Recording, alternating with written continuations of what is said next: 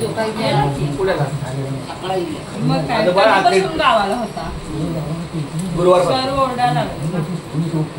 रामकृष्णारी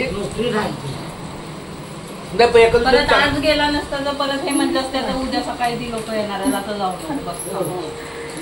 मग काय करणार ना ती गोष्ट बोलले पण काल झालं ना आणि असं पण फोनवर आणि आता नुसतं असंच येणार आहे ना भेटायला आले रामकृष्ण आले रामकृष्ण आई माझी कशी आहे हे खाते हे चिठ्ठी बरी बोल कर की त्याला काहीतरी